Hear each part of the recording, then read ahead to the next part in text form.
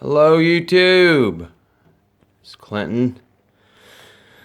Back with a little, I guess, update, kind of showing a couple more upgrades or modifications that I have done to my ar15. This is a milsport model made by ATI, American Tactical Imports, and yeah, I've done a few things since the last time I made a video. I had upgraded to the nice Imba Pro all aluminum flip up sights, iron sights. They're very nice. Flip down so you can get your close range. They're really compact and smooth, low profile. Very nice, very nice sights. I really like them.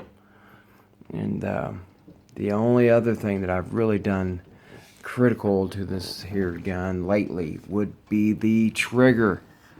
I was looking into all the different triggers that they have, you know, the Elfton and the Geisleys and all these different brand triggers, and honestly I just didn't want to spend that kind of money. And so I have looked in the shop that I go to regularly. They had this on the shelf, and I looked into it, and you can actually feel the trigger in the package, read up on it, and it's got a 4.5 pound. It's a 2-stage trigger, and I'll tell you what, for the money, this is an amazing trigger. I put this trigger in, no problem at all. It's a little bit more difficult than just a drop-in trigger, but it's nothing that a normal amateur guy can't do. Tell you what, this thing made a world of difference in my shooting. Hardly any reset. I mean, anything. There's really no movement after the trigger's fired. I will dry fire just once just to let you all see. But yeah, here's your first stage right there. That's all the movement you have in your first stage right there, which is not a lot compared to the stock mil-spec trigger that I had in it. And here is your second stage. I mean, it's light. Oh, it says 4.5 pounds on the box. I don't have any sort of measuring tool to check that, but I'd say it's lighter than that, honestly. It is just slick, boy, and I'll tell you, there's no movement after you pull that thing. I mean, it's just there, and then the reset is right back. So, I'll move this a little bit back here, let him load him up. Just to let you all see.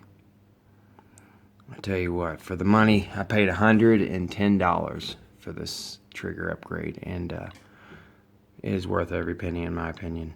It really is. Ruger made some really good stuff, and so far I've had no complaints about this trigger at all. That's all the movement you have on your first stage, and then it really is just light, clean.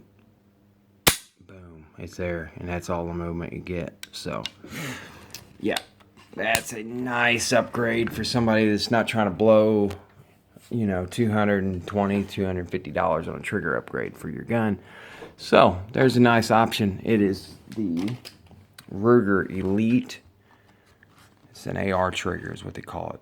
And I really hadn't looked into this, hadn't seen anything about this until I actually seen it in our shop, and they talked me into trying it out, and I'll tell you what, it is smooth. It is nice, I'll tell you. I really like it. But yeah, I did a couple things, you know. I don't know if I mentioned in the last video, I put a little longer hand guard on it and a couple of little minor things, but honestly, it's still the same old gun. This actually came with a different grip, Ruger grip. and I threw it on there just to try it out. Usually I have Magpul grips on it, but this was a little narrower, and I have a small hand, so I figured I'd give her a try just to see what it's about. You know, for free, really. Come with the grip, or with the trigger, so heck with it. Just see how it goes. If I don't like it, pull it back off. But yeah, all the flat dark earth stuff's going away. I'm gonna wait. I'm waiting on this. The Strike Industries, they got this Viper stock coming out by the end of December, and I'm gonna get that in black. This is coming off. I'm gonna put it in black, and then this other stuff's gonna go black. So that's why the random color stuff here. But this is a little color fill with a nail polish, and turned out looking all right, I guess. You know, nothing too fancy, but anyhow, yeah, I just wanted to kind of update people on what I've done to the gun lately, and got a couple other things in mind. I might change out the flash hider, or whatever you want to call it, the compensator, and like I said, I'm gonna change out all this flat dark earth stuff to black. And I'll probably keep hold of this stuff for the next build. But, yeah, anyways, for the first time around on this first little gun, I'll tell you what, the major upgrade would be to get a little bit nicer trigger. And for the money, I really can't say enough about that Ruger upgrade. That Ruger trigger is, it's a nice piece. It's really smooth, and I'm willing to bet it's lighter than 4.5 pounds, so, and it's just slick, smooth, solid. I'll even give a look on the inside. It's pretty easy. It's pretty nice stuff. There's your, you know, see if we can get her to focus there. All this stuff was was replaced, and it is pretty nice. It's a nice piece. So, if anybody's interested in those, look them up. I tell you, from my experience, it is a very nice trigger. So, yeah, keep following. I'm gonna do a little bit of a review slash,